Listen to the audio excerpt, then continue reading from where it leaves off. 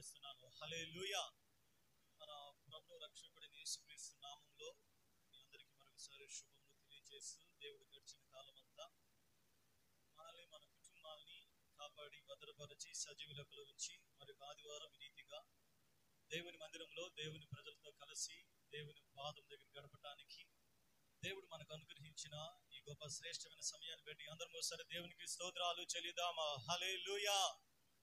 అత్యల్పునైన నేను మీ ఎదుట నిలబడి దేవుని యొక్క వాక్యాన్ని అందించడానికి దేవుడు నాకు ఇచ్చిన అవకాశాన్ని బట్టి ఆ దేవాది దేవునికి నా యొక్క హృదయపూర్వక వందనాలు తెలియజేస్తూ, మన శుక్రవారం యవనస్తుల కూడికని దేవుడు ఆశీర్వాదకరముగా జరిగించాడు. యవనస్తుల భవిష్యత్తు నిమిత్తము దేవుడు వారిని దీవించాలని, ఉద్యోగాలలో అలాగే వివాహ విషయాల్లో అలాగే వారు ఎదుర్కొంటున్న ప్రతి విధమైన విషయాల్లో దేవుని సహాయము కొరకు సంఘంలో ప్రకటించిన రీతిగా దూర ప్రాంతంలో దైవజనులు వచ్చి మనకు ఒక మంచి వర్తమానాన్ని కూడా అందించారు. యాబేష్ గిలాదు వారు ఎలాగా వాళ్ళు జీవించారో, కాబట్టి మీరు చాలా మంది పాల్గొన్నారు, చాలా మంది పాల్గొనలేకపోయారు. ఏది ఏమైనప్పటికీ కూడా మన కాళ్ళగతులు దేవుని వశములో ఉన్నాయి. బైబిల్ గ్రంథంలో యవన జనాంగం యవనస్తులు ఎలాగ ఉన్నారో ఈరోజు ఈ దినాల్లో యవనస్తులు బహు ఘోరముగా చుట్టుపక్కల భయంకరమైన పరిస్థితులు గుండా వెళ్తా ఉన్నారు. మొన్న నేను చెప్పిన మాట కూడా 144 కీర్తన 12వ వచనంలో దావీదు అంటున్నాడు, మా కుమారులు యవన కాలమందు ఎదిగిన మొక్కల వలె ఉన్నారు. మా కుమార్తెలు నగరునకై చెక్కిన మూల కంబముల వలె ఉన్నారు. ఉన్నారా? ఫుల్ స్టాప్ కాదే, ఉన్నారా? దావీదు ఆ కీర్తన రాసింది ఎవరు? దావీదు రాశాడు. వాళ్ళు దేవుని దగ్గర ప్రార్థన చేస్తున్నారు. అయితే మనకు తెలిసిన ఎవరి బిడ్డలైనా చుట్టుపక్కల ఎవరైనా ఈ వాక్య భాగం ప్రకారం ఉన్నారా?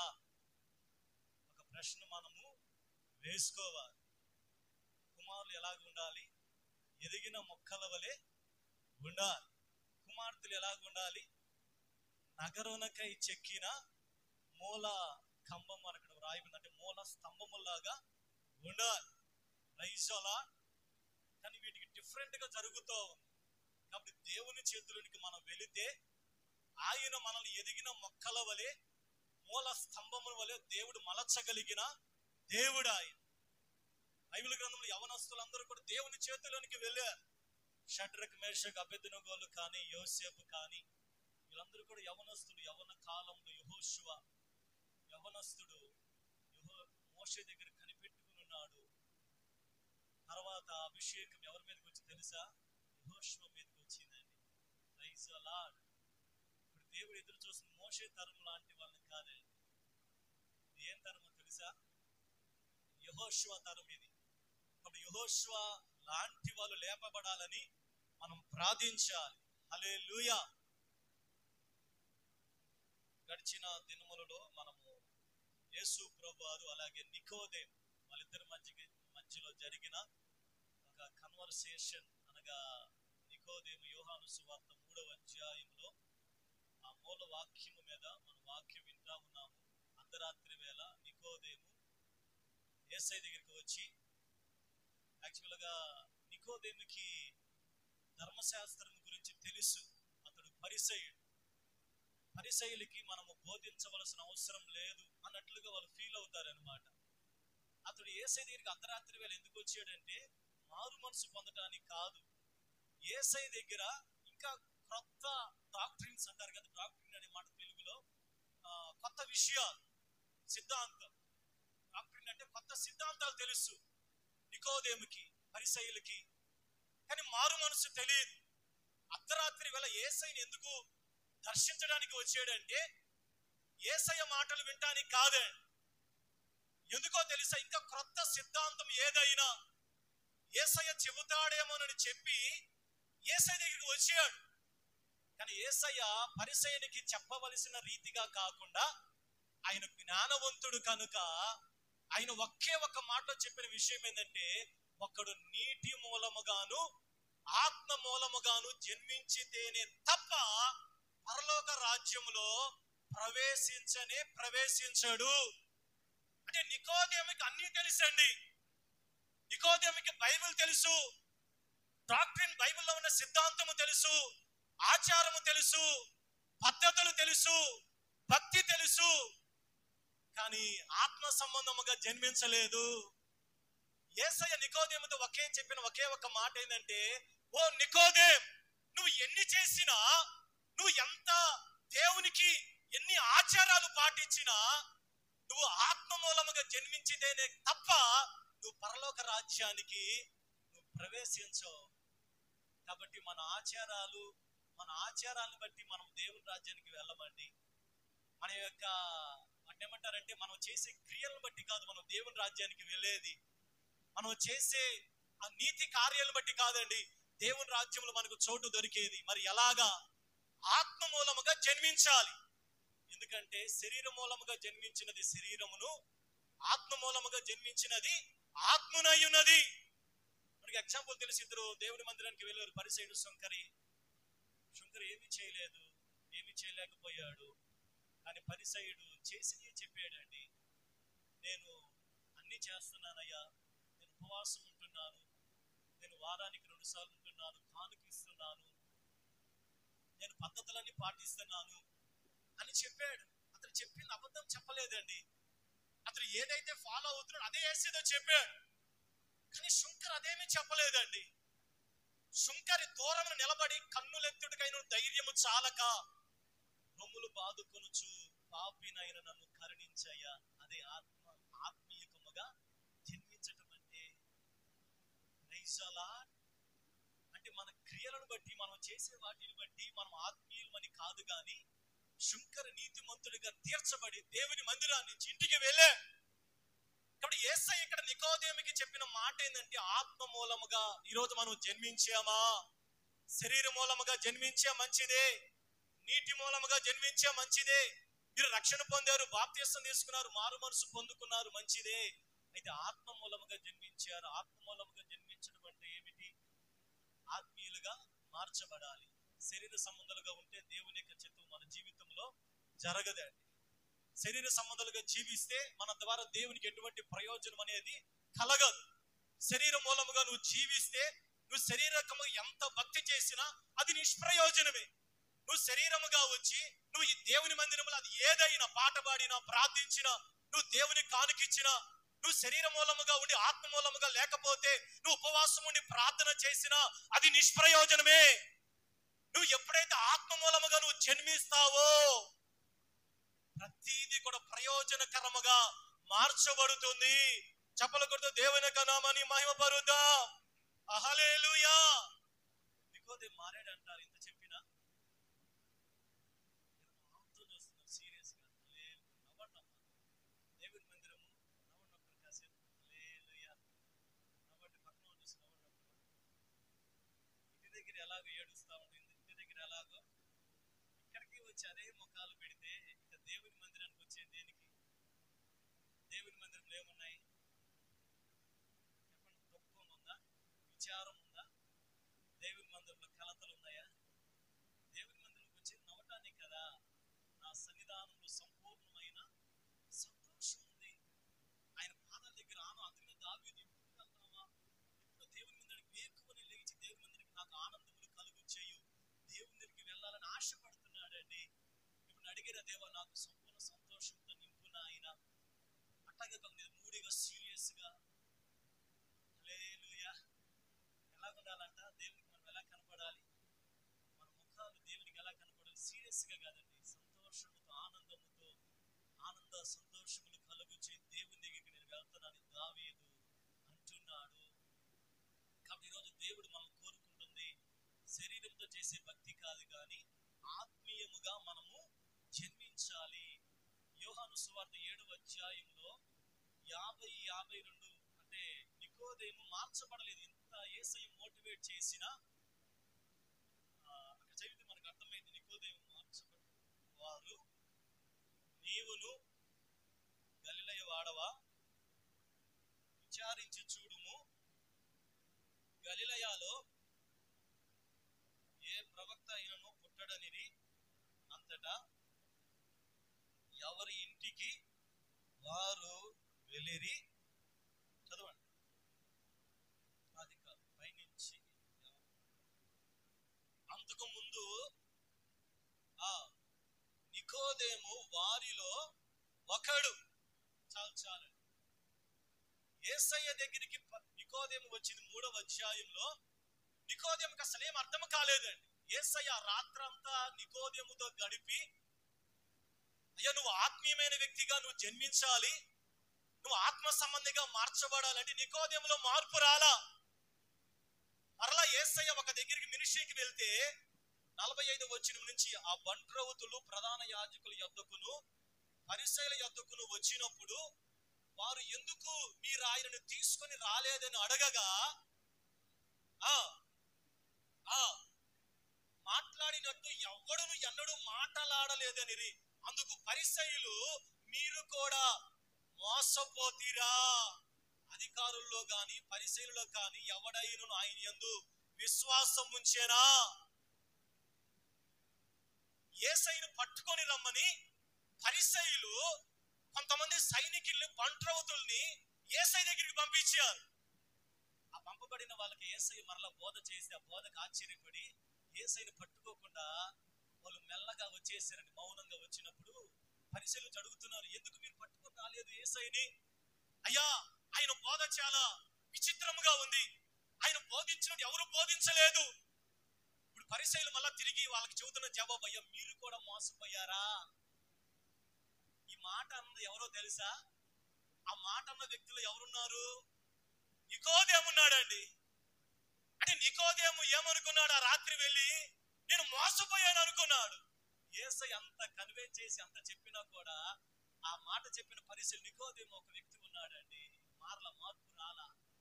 అతను అనుకున్నాడు అలాగే శరీర సంబంధంగానే వెళ్ళిపోదాం, యేసయ్య మాటలు మనకెందుకు అని. యేసయ్య నికోదేములో మార్పు రాలా, ఆత్మ సంబంధిగా మార్చబడాల. కానీ నికోదేము ఒక రోజు మార్చబడ్డాడు. ఎప్పుడో తెలుసా? యేసయ్య చనిపోయిన తరువాత యోహాను సువార్త 19వ అధ్యాయం 39వ వచనం చదవండి. మొదట రాత్రి వేళ ఆయన యొద్దకు వచ్చిన నికోదేము కూడా బోలముతో కలిపిన అగరు రమారమి 150 శార్ల ఎత్తు తెచ్చెను. అంతటా వారు యేసు దేహమును ఎత్తుకొని వచ్చి యూదులు పాతిపెట్టు మర్యాద చొప్పున ఆ సుగంధ ద్రవ్యములు దానికి పూసి నారబట్టలు చుట్టిరి. అంటే యేసయ్య సమాధి కార్యక్రమంలో పాల్గొనడానికి వచ్చాడండి నికోదేము, ఆ అరిమతయ యోసేపుతో కలిసి. అంటే అప్పుడు మార్పు కలిగింది నికోదేములో. Praise the lord. కాబట్టి మనము కూడా ఆత్మ సంబంధులుగా మార్చబడాలి. ఆత్మ సంబంధులు ఎలాగా ఉంటారు? ఆత్మ సంబంధులు దేవుని మందిరానికి వచ్చే వాళ్ళందరూ ఆత్మ సంబంధులు కాదండి. దేవుని మందిరంలో గడిపినంత మాత్రాన మనం ఆత్మ సంబంధులుగా మార్చబడలే. దేవునికి మనం ప్రార్థించడం ద్వారా, పాట పాడటం ద్వారా, దేవునికి కానుక ఇవ్వటం ద్వారా, ఉపవాసం ఉండటం ద్వారా మనం ఆత్మ సంబంధులుగా మార్చబడలే. ఆత్మ సంబంధులు ఎలాగ ఉంటారు? ఎలాగ మనం గుర్తించాలి? ఎలాగ మనం అబ్జర్వ్ చేయాలి? ఆత్మ సంబంధులకు ఉండే మొదటి లక్షణం ఏం తెలుసా? ఆత్మ సంబంధులైన వారు దేవునికి ప్రాధాన్యత ఇస్తారు. ఆత్మ సంబంధులైన వారు దేవునికి వాళ్ళ జీవితాల్లో మొదటి స్థానాన్ని ఇస్తారు. రెండవదిగా ఆత్మ సంబంధులైన వారి యొక్క మనోనేత్రాలు వెలిగించబడతాయి. వాళ్ళు ఎప్పుడు కూడా పైకే చూస్తారు, అనగా పరలోకంలో ఉన్న దేవుని వైపు, భూ సంబంధమైన విషయాల వైపు ఆత్మ సంబంధులు చూడరండి. కాబట్టి ఆత్మ సంబంధులైన నీవు, నీ మనోనేత్రాలు వెలిగించబడ్డాయా? పోయిన వారం మనం ఇదే విన్నాం. బైబిల్ గ్రంథంలో పౌలు ప్రార్థన చేస్తున్నాడు, ఈ సంఘం మీ మనోనేత్రాలు వెలిగించబడాలి. అవి వెలిగించబడితేనే కానీ మీకు తెలియదు, మీకు అర్థం కాదు దేవుని మందిరం అని. మీకు దేవుడు ఏది సిద్ధపరిచాడో, దేవుడు మీ భవిష్యత్తు కొరకు ఏ ప్రణాళిక వేశాడో, దేవుడు మీ కొరకు ఎటువంటి భవిష్యత్తును దాచిపెట్టాడో మీకు అర్థము కాదు. ఎఫ్సి సంఘమా, నీ మనోనేత్రాలు వెలిగించబడాలని నేను దివారాత్రము దేవుని దగ్గర నేను ప్రార్థన చేస్తున్నాను. కాబట్టి రెండవదిగా నీ మనోనేత్రాలు వెలిగించబడ్డాయా? నీ ఆత్మీయమైన నేత్రాలు తెరవబడ్డాయా? భౌతికమైన నేత్రాలు కాదండి. శరీర సంబంధముగా ఉంటే మనము భౌతికమైన నేత్రాలు పనిచేస్తాయి.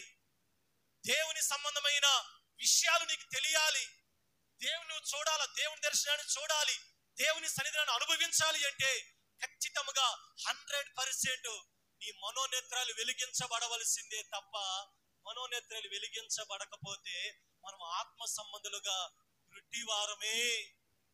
ఈ లోక సంబంధముగా నువ్వు గ్రుడ్డిగా ఉంటే ఏది కనపడదో, నీకు ఏది అర్థము కాదో, నువ్వు ఏది గమనించవో, నువ్వు ఆత్మీయముగా నువ్వు గ్రుడ్డిగా ఉంటే నీకు అర్థము కాదు. నువ్వు ఎక్కడికి వెళుతున్నావో, నువ్వు ఏమి చేస్తున్నావో, నువ్వు ఏది మాట్లాడుతున్నావో, నువ్వు ఎలాగ ప్రవర్తిస్తున్నావో, నువ్వు అసలు దేవుడు ఉన్నాడో లేన పరిస్థితి కూడా నీ బుర్రలోనికి వెళ్ళదండి. కాబట్టి ఆత్మీయముగా గుడ్డితనాన్ని ఎవరు కలుగు చేస్తున్నారు? యుగ సంబంధమైన దేవత అవిశ్వాసులైన మనోనేత్రాలకి గుడ్డితనాన్ని కలుగు చేస్తున్నాడు. ఒకప్పుడు మనం మంచివారమే, ఒకప్పుడు దేవుడు అంటే మనకు తెలుసు. కాలక్రమేణ మనకు కలగ చేసిన గుడ్డితనాన్ని బట్టి ఈరోజు మనం ఏం చేస్తున్నామంటే మనకు దేవుని విషయాలు అర్థము కావటం లేదండి. అందుకని దేవుడు తను ప్రేమించిన వారి కొరకు ఏది సిద్ధపరిచినో అది కంటికి కనపడలేదు, హృదయమునకు గోచరము కాలేదు. కానీ ఆత్మ వలన, ఆత్మ ద్వారా ఆత్మ సంబంధులు తెలుసుకొనగలరు. నువ్వు ఆత్మ సంబంధికుడివి, ఆత్మ సంబంధికురాలవైతే ఈ భవిష్యత్తు గురించి నువ్వు తెలుసుకొనగలవండి. పోయిన వారు మనం విన్నాము, బిలాము నేత్రాలు ముయ్యబడ్డాయి, గుడ్డివాడైపోయాడండి. ప్రవక్తే, దేవుని విషయాలు చెప్పే వ్యక్తే బిలాము ఎక్కడికి వెళ్తున్నాడు, ఏమి చేస్తున్నాడు అర్థం కావటం లేదండి. బిలాము కళ్ళు ముయ్యబడ్డాయి, ఆత్మీయ నేత్రాలు ముయ్యబడి ఎవరిని శపించడానికి వెళ్తున్నాడు? దేవుని ప్రజల్ని, ఇశ్రాయేలు ప్రజల్ని శపించడానికి వెళ్తున్నాడు. బిలాము కన్నులు ఎప్పుడు తెరవబడ్డాయో తెలుసా? గాడిదకు నోరిచ్చి గాడిద మాట్లాడిన తర్వాత అప్పుడు బిలాము కన్నులు తెరవబడి దేవుని దూత తన ఎదురు నిలబడటము చూశాడు. కాబట్టి ఈరోజు నువ్వు ఎంత ఆత్మీయమైన వ్యక్తి అయినా నీ కన్నులు ముయ్యబడితే నీ ఎదుట ఎవరు ఉన్నారో, నువ్వు ఎక్కడ ఉన్నావో, నువ్వు ఏ పని చేస్తున్నావో నీకు అర్థము కాదండి. కాబట్టి ఈలోపు బిలాములాగా గుడ్డితనము కలుగొచ్చేప్పుడు మన జీవితాల్లో, దేవా నా కన్నులు తెరువు నాయనా, నా మనోనేత్రాలు వెలిగించు ప్రభు అని మనం దేవుని దగ్గర ప్రార్థన చేస్తే దేవుడు మన మనోనేత్రాలు వెలిగించగలిగిన సర్వశక్తి కలిగిన దేవుడు ఆయన. చెప్పలుగుడు దేవుని యొక్క నామాన్ని మహిమపరుద్దాం. హల్లెలూయా, హల్లెలూయా. కాబట్టి మన మనోనేత్రాలు వెలిగించబడాలంటే 3 విషయాలు మనం విన్నాము.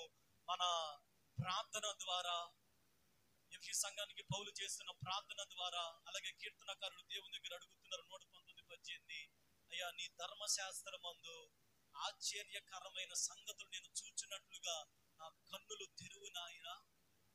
బైబిల్ నువ్వు ఓరక చదివితే నీకేం అర్థం కాదండి. కన్నులు తెరవబడితే నీకు బైబిల్ కన్నా ఏ విషయాలు రాయబడియో నీకు అప్పుడు తెలుస్తుందే తప్ప ఊరకని పైపోయినదో చదివేస్తే నీకు అర్థము కాదు. కీర్తనకారుడు అందుకని అంటున్నాడు, అయ్యా నీ ధర్మశాస్త్రంలో ఆశ్చర్యకరమైన సంగతులు చూచున్నట్లు నా కన్నులు తెరువు నాయనా. ఇప్పుడు దేవుని దగ్గర మనం ప్రార్థన చేసామా? పనివాని కన్నులు మూయబడ్డాయి. ఎలీషా ప్రార్థన చేశాడు, అయ్యా పనివాని కన్నులు తెరువు నాయనా. దైవజనుడికి అర్థమవుతుంది తన చుట్టూ ఎవరున్నారో, దైవజనుడికి అర్థమవుతుంది తన కొరకు దేవుడు ఎవరిని పంపించాడో. ఎలీషాకి అర్థమవుతుంది తన చుట్టూ దేవుడు వేడితో నింపాడు. ఎలీషాకి అర్థమవుతుంది దైవజనుడికి తన కొరకు దేవుడు సిద్ధపరిచిన కార్యం.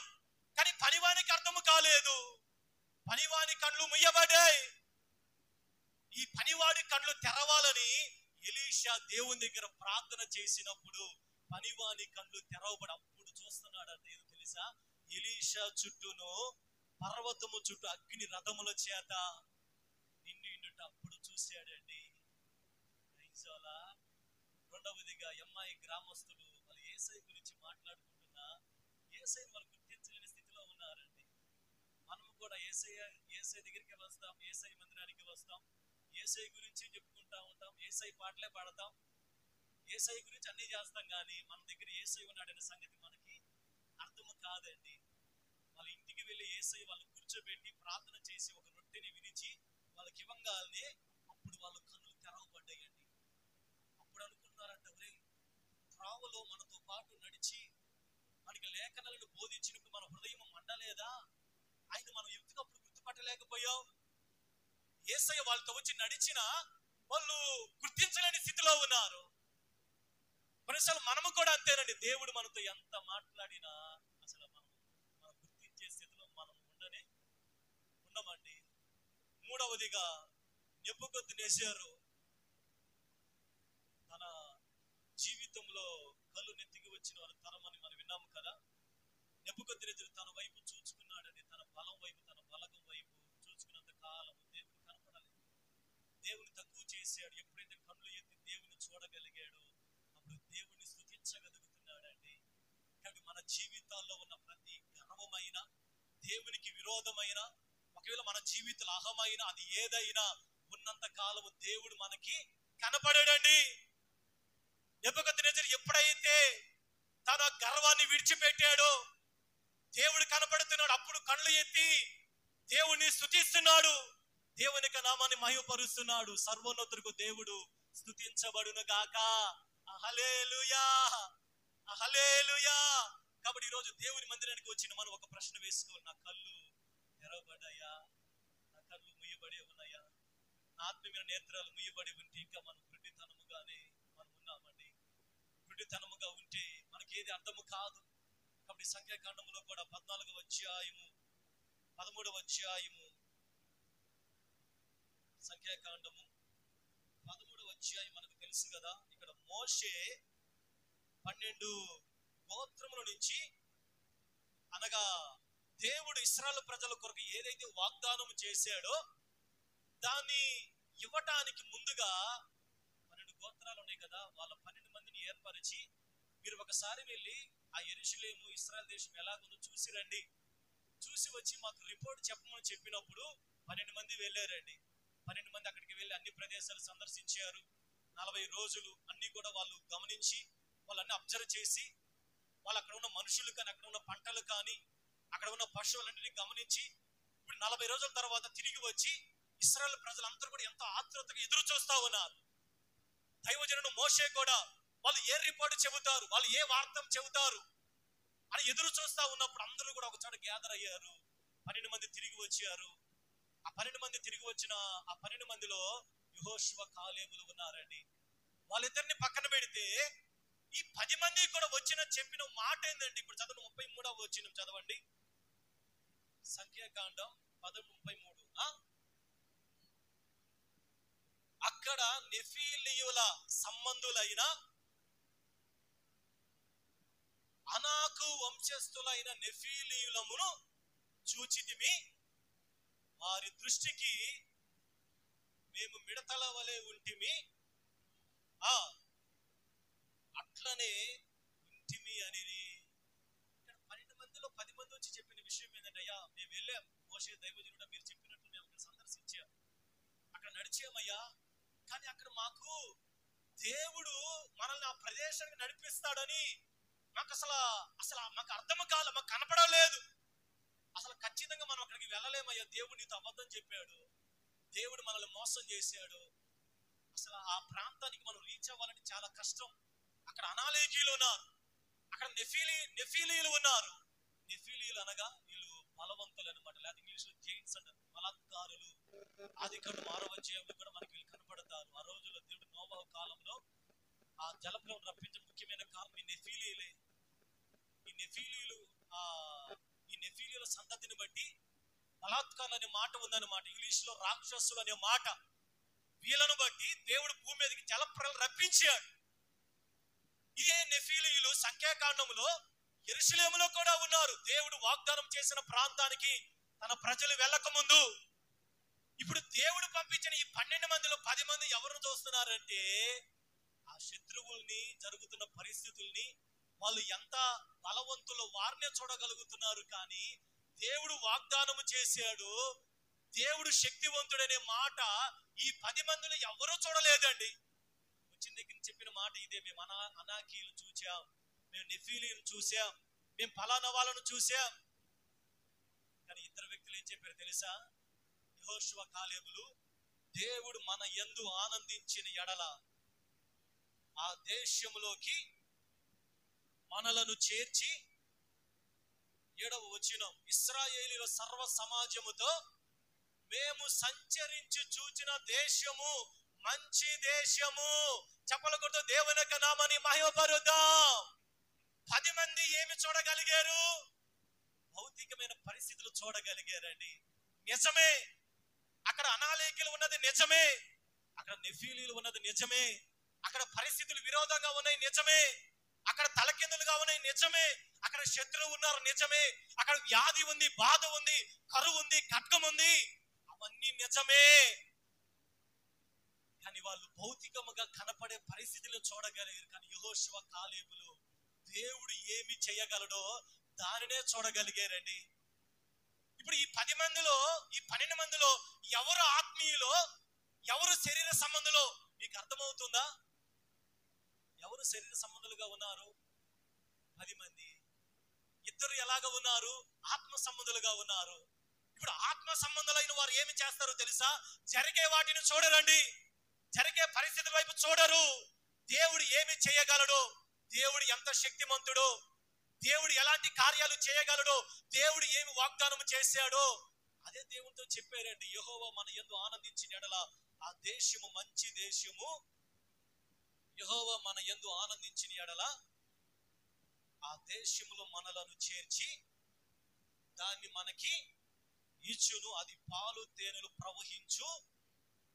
వీళ్ళేమి చెబుతున్నారు, వాళ్ళేమి చెబుతున్నారు? అసలు ఏదైనా తేడా ఉందా? వాళ్ళు వచ్చి చెప్పిన రిపోర్ట్ ఏమన్నా జరిగేదే చెప్పారండి. కానీ వీళ్ళిద్దరూ చెప్పిన మాటలు తెలుసా? అది మంచి దేశము, అది పాలు తేనెలు ప్రవహించు దేశము. ఖచ్చితంగా దేవుడు మనల్ని అక్కడికి రీచ్ చేస్తాడు. మీరు దేవుని మీద తిరగబడవాకండి. కానీ మిగతా వాళ్ళందరూ కూడా ఎవరి మాటలు నమ్మారో తెలుసా? 10 మంది చెప్పిన మాటలే నమ్మారండి. ఈరోజు ప్రజలు కూడా అలాగే తయారవుతున్నారు. ఆత్మీయమైన మాటలు చెప్పటం లేదండి, చెప్పినా వినటం లేదు, అవి నమ్మటం లేదండి. శరీర సంబంధమైన 10 మంది చెప్పే మాటలు నమ్మి అందరూ మోషే మీదకి రాళ్ళెత్తుకుని వెళ్ళారంట. అప్పుడు దేవుని మహిమ కనపడి అందరికి దేవుడు చెప్పిన మాట ఏం తెలుసా? శరీర సంబంధులైన 10 మంది మాటలు ఎవరైతే నమ్మారో వీళ్ళు, ఆ 10 మంది ప్రజలు ఎవరు కూడా కానాను దేశానికి వెళ్ళరు. కానీ యెహోషువ, కాలేబులు ఏదైతే చెప్పారో వాళ్ళు మాత్రమే, వాళ్ళు చెప్పినట్లుగా వాళ్ళు కానాను దేశానికి వెళతారు. చెప్పలు కొడుతూ దేవుని యొక్క నామాన్ని మహిమపరుద్దాం. ఇప్పుడు ఈరోజు నువ్వు ఏది చూడగలుగుతున్నావు? పౌలు అంటున్నాడు, 1 కొరింథీ పత్రిక 2వ కొరింథీ 4:17 చదవండి. కొరింథీయులకు రాసిన 2వ పత్రిక 4వ అధ్యాయం 17వ వచనం. మేము దృశ్యమైన వాటిని చూడక అదృశ్యమైన వాటిని నిదానించి చూచుచున్నాం.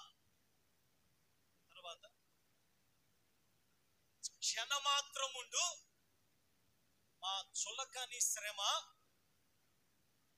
మా కొరకు అంతకంతకు ఎక్కువగా నిత్యమైన మహిమ భారమును కలుగు చేయుచున్నది. ఏలయనగా దృశ్యమైనవి అనిత్యములు, అదృశ్యమైనవి నిత్యములు. హల్లెలూయా. పౌలు అంటున్నాడండి, ఆత్మీకముగా పౌలు కొరింథీ సంఘానికి బోధిస్తా పౌలు చెబుతున్న మాట తెలుసు, మేము దృశ్యమైన వాటిని మేము చూడటం లేదు. అంటే కంటికి కనిపించే వాటిని మేము చూడటం లేదు. భౌతికముగా వెళ్ళే శ్రమ అయినా, వ్యాధి అయినా, బాధ అయినా, అది ఏ పరిస్థితి అయినా మేము వాటిని చూడటం లేదు. మేము దృశ్యమైన వాటిని చూడక అదృశ్యమైన వాటిని మేము నిదానించి చూడగలుగుతున్నా. ఈరోజు నీవు దేవుని మందిరానికి వచ్చినా నువ్వు దృశ్యమైన వాటిని నువ్వు చూస్తే వాటి వల్ల ప్రయోజనం లేదండి. వాటి ద్వారా నీకు ఇబ్బందే, వాటి ద్వారా నీకు నష్టమే, వాటి ద్వారా నీకు బాధే, వాటి ద్వారా నీకు కన్నీరే, వాటి ద్వారా నీకు సమస్య. కానీ దాని ద్వారా ఎటువంటి యూస్ఫుల్ ఉండదండి. అందుకని పౌలు అంటున్నాడు, మేము దృశ్యమైన వాటిని చూడక అదృశ్యమైన వాటిని మేము చూస్తున్నాము. ఎందుకంటే దృశ్యమైనవి అనిత్యములు, అదృశ్యమైనవి నిత్యములు. హల్లెలూయా. కాబట్టి ఈరోజు దేవుడు నీ కొరకు సిద్ధపరిచిన ఆత్మీయమైన వ్యక్తిగా మారి చూడగలగాలి. దేవా, నా యొక్క జీవితంలో నేను వెళుతున్న ప్రజెంట్ సిచ్యువేషన్ కాదు ప్రభువా, నేను వెళుతున్న పరిస్థితి కాదయ్యా, నువ్వు నా కొరకు ఏదైతే దాచి ఉంచావో, నువ్వు ఏది చేయగలవో దానిని చూడగలిగే నేత్రములు నాకు దయచేయండి ప్రభు. దేవుని దగ్గర అడిగితే దేవుడు మన మనోనేత్రాలు వెలిగించగలిగిన సర్వశక్తి కలిగిన దేవుడు అండి. హల్లెలూయా. కాబట్టి ఈరోజు మన కన్నులు వేటిని చూడాలి? అదృశ్యమైన వాటిని చూడాలండి. దృశ్యమైన వాటి అంటే మన మన మన కళ్ళెదురు జరిగేది కాదు, మన జీవితంలో జరిగేది కాదు, నీ కుటుంబంలో జరిగేది కాదు, నీ సంఘంలో జరిగేది కాదు, నీ వ్యక్తిగత జీవితంలో జరిగేది కాదు, నీ సమాజంలో జరిగేది కాదు, నీ యొక్క ఉద్యోగంలో జరిగేది కాదు. దేవుడు నీ కొరకు ఏది సిద్ధపరిచాడు ఆ చూడగలిగిన నేత్రములు నువ్వు కలిగి ఉన్నట్లయితే నువ్వు ఆత్మ సంబంధివే. నువ్వు ఇంకా భౌతికముగా ఏదో క్షణమాత్రం ఉండి వాటిని నువ్వు చూస్తా ఇక్కడే ఉంటే ఏది కూడా నీకు కనపడదండి. Praise the Lord. Hallelujah, hallelujah. ఈ సంఖ్యాకాండంలో చివరికి యెహోషువ కాలేబులు మాత్రమే అక్కడికి రీచ్ అయ్యారండి. కారణం తెలుసా? వారు ఏమి చూశారంటే అందరూ చూసినట్లుగా కాకుండా వాళ్ళు ఒక ఆత్మీయమైన రూపంలో దృక్పథములో చూసి దేవుని దగ్గర అదే చెప్పారు. వాళ్ళు ఏదైతే దేవుని దగ్గర చెప్పారో దానిని బట్టి దేవుడు వాళ్ళని కానాను దేశానికి తీసుకుని వెళ్ళాడండి. ఈరోజు మనం వేటిని చూడగలుగుతున్నాం? ఆ దూరదృష్టి, ఆత్మీయమైన దృష్టి మనం కలిగి ఉన్నామా? ఆత్మీయమైన ఆ యొక్క గుడ్డితనం తొలగించబడి ఆత్మీయమైన ఆ మనోనేత్రాలు వెలిగించబడిన పరిస్థితిలో మనం ఉన్నామా? అందుకని కీర్తనకారుడు అంటున్నాడు 119:37 వచనం చదవండి. 119. వ్యర్థమైన వాటిని చూడకుండా నా కన్నులు త్రిప్పివేయ, నీ మార్గములలో నడుచుకొనుటకు నన్ను బ్రతికింపు అంటున్నాడు. కాబట్టి ఈరోజు మన కన్నులు ఎలాగ ఉండాలి? వ్యర్థమైన వాటిని చూసే కన్నులుగా ఉండకూడదు. మందిరానికి వచ్చిన తర్వాత మన కన్నులు ఎలాగ ఉండాలో తెలుసా? ఎలాగుంటుంది? బైబిల్లో కన్నుల గురించి చాలా ఉంది. పాపము కన్నులు, పాపము మానలేని కన్నులు, ఇలాగ ఉన్నాయండి. కీర్తనకారుడు అంటున్నాడు, అయ్యా వ్యర్థమైన వాటిని చూడకుండా నా కన్నుల్ని తిప్పివేయి ప్రభువా. నా కన్నులు నేను ఆత్మీయమైన జీవితాన్ని చూడాలి. ఆత్మీయమైన నువ్వు నా కొరకు ఏదైతే సిద్ధపరిచావో దాన్ని చూడగలగాలి ప్రభువా అని నువ్వు దేవుని దగ్గర అడగాలి. కీర్తనకారుడు అడిగాడు. అలాగే 131:11 కూడా చదవండి. 131 కీర్తన 11 వచనం.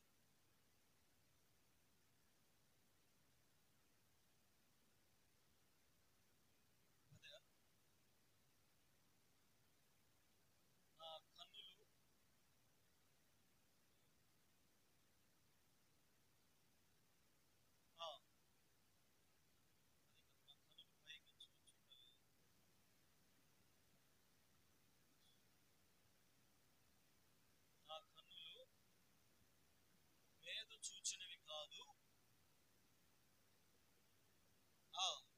మొదటి వచనం, యెహోవా నా హృదయము అహంకారము కలది కాదు, నా కన్నులు మేదు చూచినవి కాదు, నాకు అందని వాటి అందైనను గొప్ప వాటి అందైనను నేను అభ్యాసము చేసుకొనుటలేదు.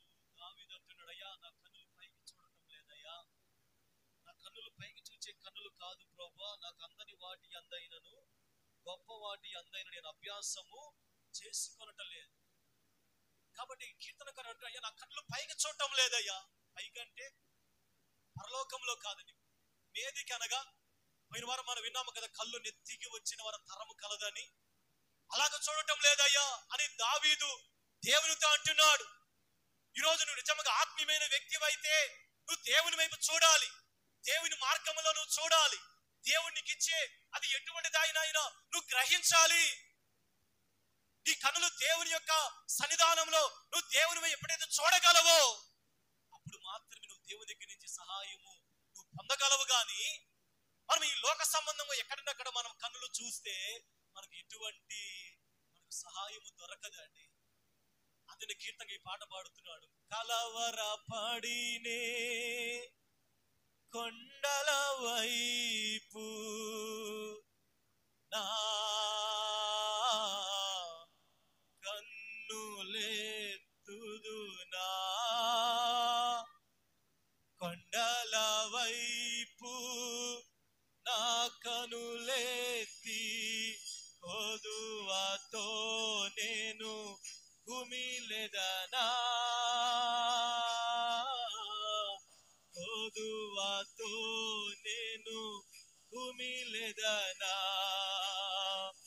నీవు నాకుండగా నీవే నాండగా నీవు నాకుండగా నీవే నాండగా నీవే నా నీవే నా నీవే నా నీవే నా ఆత్మదాహము తీర్చిన వెంబడించిన బండవు కలవరపడినే కొండల వైపు నా కన్నులెత్తుదునా కొండల వైపు లేతి కొదువతో నేను కుమిలెదనా కొదువతో నేను కుమిలెదనా నిత్యము కదలని సియోను కొండపై నిత్యము కదలని సియోను కొండపై యేసయ్యా యేసయ్యా యేసయ్యా యేసయ్యా నీదు ముఖము చూచుచూ వెంబసించి పాడేదా చేదో యేసయ్యా యేసయ్యా యేసయ్యా యేసయ్యా నీదు ముఖము చూచుచూ పరవశించి పాడేదా యేసయ్యా నీదు ముఖము చూచుచూ పరవశించి పాడేదా పరవశించి పాడేదా కలవరపడినే కొండల వైపు నా కన్నులెత్తుదునా. హల్లెలూయా. కాబట్టి ఆత్మ సంబంధికులైన మనము మన మనోనేత్రాలు వెలిగించబడాలండి. భౌతికమైన నేత్రాలతో ఉంటే నువ్వు ఏది దేవుని దగ్గర పొందుకోలేవు, ఏది అర్థము కాదు. Don't understand. నీకు అసలు ఏది నీకు అసలు ఏది నీకు అర్థము కాదండి. ఈరోజు రెండవదిగా నీ ప్రార్థన ఏమై ఉండాలంటే, దేవా నా మనోనేత్రాలు వెలిగించయ్యా, నా కన్నులు వెలిగించు నాయన, ముయ్యబడిన నా కన్నులు వెలిగించు, నా ఆత్మీయమైన గుడ్డితనము నుంచి నాకు స్వస్థత కలుగు చేయి ప్రభువా అని మనం దేవుని దగ్గర ప్రార్థించాలి. ఒకవేళ మనము భౌతికమైన కన్నులు కలిగి ఉంటే ఈ కన్నులు పాపము తప్ప దీనితో మనకి ప్రయోజనం ఏది కూడా లేదండి. యోబు గ్రంథం 31వ అధ్యాయం 1వ వచనంలో యోబు తన కన్నులతో నిబంధన చేసుకుంటున్నాడు. నేను నా కన్నులతో నిబంధన చేసుకుంటున్నాను అంటున్నాడు. అలాగే మత్తయి సువార్తలో యేసయ్య నీ కన్ను నిన్ను అభ్యంతరపరచని ఎడల దాని దగ్గర నుంచి నువ్వు తీసి పారే. ఏ కన్ను అండి? తీసి పారేటువంటి ఇంటికి వెళ్ళి నా మీద చెప్పారు మా భాష గారు కళ్ళు తీసేసుకుంటున్నాడు. అభ్యంతరపరచని ఎడల మీ కన్ను ఏ కన్ను? ఈ కళ్ళు ఒక అభ్యంతరపరిస్తే కన్ను ఏం చేయాలంట? తీసివేయటమంటే తీసేసుకోవడం కాదని అర్థం. వాక్యంలో చదవకూడదండి. తీసేసుకోవడం తెలుసు. దాన్ని తీసుకొని ఆత్మీయ నేత్రాలుగా మార్చుకోవాలి. మన కన్నులు మార్చబడండు. భౌతికముగా నువ్వు ఉన్నంత కాలం నీకు దేవుని సహాయం నీకు అర్థము కాదండి.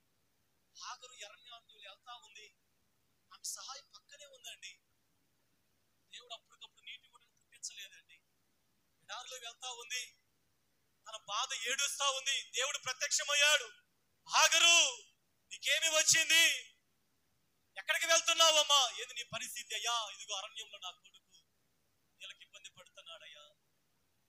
వెంటనే దేవుడు ప్రత్యక్షమయ్యాడు. అక్కడ జరిగింది తెలుసా? నీటి ఒట్టును దేవుడు పుట్టించలేదండి. హాగరు కన్నులను ఆదికాండం చదవండి, ఆదికాండం. శారయి దాసివైన హాగరు, నువ్వు ఎక్కడి నుండి వచ్చితివి, నువ్వు ఎక్కడికి వెలుచున్నావు అని అడిగినందుకు అది నా యజమానురాలైన శారయి యొద్ద నుంచి నేను పారిపోవచ్చున్నాను నేను. అప్పుడు యెహోవా దూత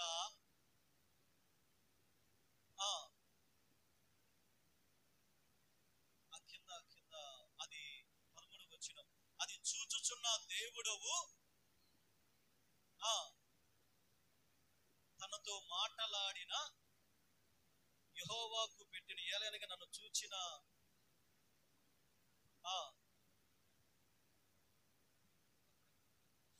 అందుచేత ఆ నీటి బుగ్గకు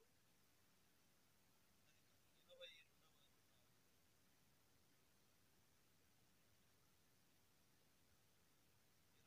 అధ్యాయం 17వ వచనం చదవండి. దేవుడు ఆ చిన్నవాని మొరను వినెను. అప్పుడు దేవుని ఆకాశం నుంచి హాగరును పిలిచి, హాగరు నీకేమి వచ్చినది? భయపడకము, ఆ చిన్నవాడు నా చోట దేవుడు వారి స్వరము విని ఉన్నాడు. నువ్వు లేచి ఆ చిన్నవాని లేవనెత్తి నీ చేత పట్టుకొను, వారిని గొప్ప జనముగా చేసి ఆమెతో చెప్పాను. మరియు దేవుడు ఆమె కన్నులు తెరచినందున ఆమె నీళ్ల ఓట చూచి వెళ్ళి ఆ తిత్తిని నీళ్లతో నింపి చిన్నవానికి త్రాగనిచ్చాను. ఇక్కడ దేవుడు నీటి ఓటను పుట్టించాడా? ఏం జరిగింది మీరు అబ్జర్వ్ చేశారా? దేవుడు నీటి ఓటను పుట్టించలేదండి. దేవుడు హాగరు చూచినట్లుగా ఆమె కన్నులు తెరిచాడు. నీటి ఓట అప్పటికప్పుడు రాలేదండి, సహాయం అక్కడే ఉంది. కానీ ఆమెకు కలిగిన శ్రమను బట్టి ఆమె మనోనేత్రాలు ముయ్యబడ్డాయి. ఈరోజు దేవుడు నీ కొరకు చేసిన సహాయము, నీ కొరకు దాచి ఉంచినది నీ పక్కనే ఉంది. దేవుడు నీ కొరకు సిద్ధపరిచింది, అది నీ జీవితంలో అది ఏ సమయంలో రాబోతుంది అది చూచినట్లుగా నా కళ్ళు తెరువున ప్రార్థించాలి తప్ప మనం ఏం చేస్తాం? సేపటికి నీటి కూడా తెరువయ్యా, నీటి కూడా తెరువయ్యా అని మనం ఏం చేస్తాం? ప్రార్థన రాంగు చేస్తామండి. నీటి ఓట అక్కడే ఉందమ్మా, నీ సహాయం అక్కడే ఉంది, నీ వ్యాధికి స్వస్థత అక్కడే ఉంది, నీ జీవితానికి పరిష్కారము అక్కడే ఉంది, నీ బ్రతుకుకి గమ్యము అక్కడే ఉంది, నీ భవిష్యత్తు దేవుని దగ్గరే ఉంది. అది ఆల్రెడీ దేవుడు జగత్తు ఉత్పత్తి వేయబడక మునిపే దేవుడు మన ఎడలో ఒక ప్రణాళికని కలిగి ఉన్నాడు. అది ఎప్పుడు తెలుసుకుంటాం పాస్టర్ గారండి? నీ మనోనేత్రాలు వెలిగించబడినప్పుడు. నీ మనోనేత్రాలు వెలిగించబడినంత కాలము నీటి ఓట కనపడదు నీకు. దేవుని సహాయం నీకు అర్థము కాదు. నువ్వు భౌతిక నేత్రాలు కలిగి ఉంటే నీ భవిష్యత్తు గందరగోళముగా ఉంటుంది, చిందరవందరముగా ఉంటుంది, నీకు అంత ఆలస్యములాగే గమ్యము లేని బాటసార్లుగా నువ్వు కొనసాగిపోతా ఉంటావండి. కానీ ఎప్పుడైతే నీ మనోనేత్రాలు వెలిగించబడతాయో, దేవుడు నీ కొరకు సిద్ధపరిచిన నీటి ఓటను చూడగలిగిన నేత్రాలు నీ దగ్గర ఉన్నాయా? హల్లెలూయా. దేవుని మనం విశ్వసిస్తే ఎడారిలో కూడా నీటి ఓటలను కలిగించగలిగిన దేవుడు. ఆ రోజు నీటి ఓట ఇప్పటికీ కూడా అక్కడ సౌదీ అరేబియా అనే ఆ మక్కాలో ఇప్పటికీ అదే నీటి ఓట ఉందో తెలుసా? దానికి జామ్జమ్ అనే ఒక బావిగా పేరు పెట్టి ఏదండి ఆ రోజు మన దేవుడు హాగరుకు తెరిచిన నీటి ఓటే ఈరోజు మక్కాలో ఎంతో మంది వెళ్ళి బావిలో నుంచి వచ్చిన నీటి ఇప్పటికే కూడా అది వస్తానే ఉందండి. ఎన్నో దేశాల నుంచి వచ్చి ఇప్పుడు చాలా ప్రశ్నలు జరుగుతూ ఉన్నాయి. ఆ నీటిని పరీక్షిస్తే ఆ నీటిలో ఎటువంటి దాన్ని ఏమంటారంటే ఎటువంటి డిఫెక్ట్ అంటే ఎటువంటి తేడా దాంట్లో లేదు. అసలు ఎంత పరిశోధించినా ఆ నీళ్లు చాలా మంచివి. ఆ నీళ్లు ఇప్పటికీ కూడా ఆ ఓట నీళ్లు వస్తా ఉన్నాయి. ఎక్కడో తెలుసా? దాన్ని ఎవరు ఆక్యుపై చేసుకుని తెలుసా? దేవుని ప్రజలు కాదండి, అరబ్స్ అంటే ముస్లిమ్స్ ఆక్యుపై చేసుకొని ఆ వాటర్ మంచిదని చెప్పి మక్కాలో ఆ బావి ఉంది. ఏ బావి? ఆ రోజు హాగరుకు దేవుడు తెరిచిన బావే ఈరోజు మక్కాలో జామ్ జామ్ వీళ్ళని యూట్యూబ్ లో కొట్టడానికి తెలుస్తుంది. శ్రేష్టం ఎక్కడ ఎవరు తెరిచారు? హాగరుకు దేవుడు సిద్ధపరిచిన నీటి ఊట. ఇక్కడ ఈరోజు నీ జీవితంలో దేవుడు సిద్ధపరిచిన చూడగలుగుతున్నావా? నీ భవిష్యత్తు గురించి, నీ యొక్క ఆత్మీయ జీవితంలో నువ్వు వెళ్తున్న పరిస్థితి నువ్వు అర్థం చేసుకోగలుగుతున్నావా? కాబట్టి ఈరోజు హాగరు చూచినట్లుగా మన నేత్రాలు వెలిగించబడాలి. దేవా, నా కన్నులు తెరువయ్యా, నా కన్నులు ముయ్యబడ్డాయి నాయన. నేను ఈ లోకాన్ని చూడగలుగుతున్నాను, ఈ లోకం వైపు చూడగలుగుతున్నానయ్యా. ఈ లోక సంబంధం వైపు, వాటి వైపు నేను చూడగలుగుతున్నాను, కానీ నీ వైపు నేను చూడలేకపోతున్నాను. నా కొరకు ఏది సిద్ధపరిచేవో నేను చూడలేకపోతున్నాను ప్రభు. దేవుని దగ్గర ప్రార్థించగలిగితే ఈ రోజు దేవుడు మన మనోనేత్రాలు వెలిగించగలడేమో. హల్లెలూయా. సౌలు గురించి మనందరికీ తెలుసండి. సౌలు ధర్మశాస్త్రాన్ని ఎంతో అవలేలుగా చదివిన వ్యక్తి, గమాలియేలు పాదముల దగ్గర అభ్యాసము చేసిన వ్యక్తి. పౌలుకి రోమా ప్రభుత్వం యొక్క మెంబర్షిప్ కూడా ఉందండి. అంటే రోమా ప్రభుత్వం పౌరసత్వం కూడా కలిగి ఉంది. ఇంత చదివిన వ్యక్తి యేసయ్యని గుర్తించలేని స్థితిలో ఉన్నాడండి. సంఘాన్ని పాడు చేస్తా ఉన్నాడు, సంఘాన్ని హింసిస్తా ఉన్నాడు.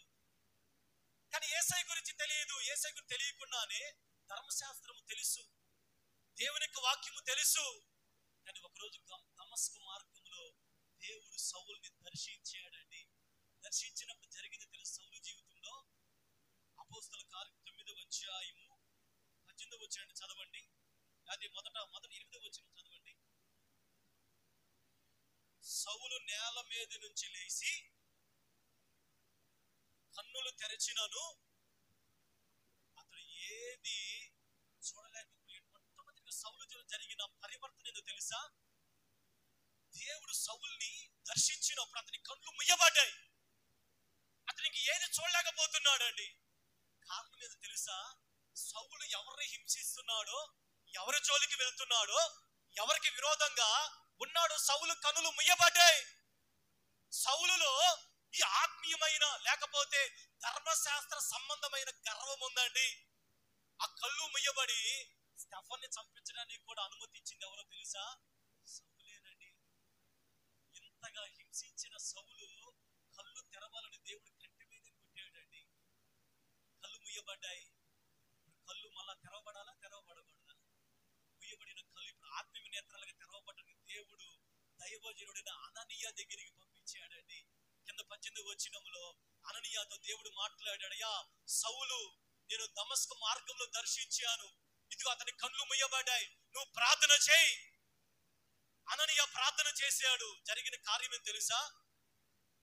అయితే అప్పుడే అతని కన్నుల నుంచి పొరల వంటివి రాలగా దృష్టి కలిగి లేచి బాప్తీసం తీసుకున్నాడు. చప్పలు కొట్టు దేవుని యొక్క నామాన్ని మహిమపరుద్దాం. హల్లెలూయా. కన్నుల్లో నుంచి ఏమి రాలి? కుసి కాదండి, పొరలు రాలి. పొరలంటే ఈ యొక్క శుక్లాలు ఇవి కాదండి. ఏ పొరలు? ఆత్మీయముగా సౌలులో ఉన్న గర్వం అనే పొర. నాకు ధర్మశాస్త్రం అంతా తెలుసు, నాకు ఎవరు చెప్పక్కర్లేదనే పొర.